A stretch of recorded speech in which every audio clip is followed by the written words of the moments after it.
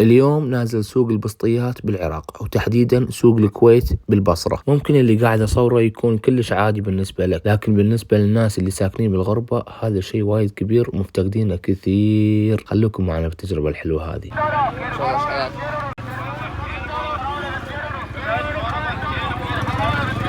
قاعد ندور على كنار، قاعد ندور على كنار. كيلو ب 12؟ لا يا ابو. كم كيلو الكنار لو سمحت؟ 6000؟ عطنا تشيس لو سمحت. بس لا تلقمها. لا والله الشرط كله قويه ونظيفه. اي ما اريد هذا المغمغ ما اريد. المغمغ ما اريد، اي عادي. انا عندي ناس ياخذون. اكل وحده عادي؟ بكل ابوي عليك عافيه. حجي ترى بالك صدق بالله، يعني انا مو الا ابيع لك، لا ترى انا بقاتل مبيوعات. ما ادري مبيوعات هو علي يعني معروف.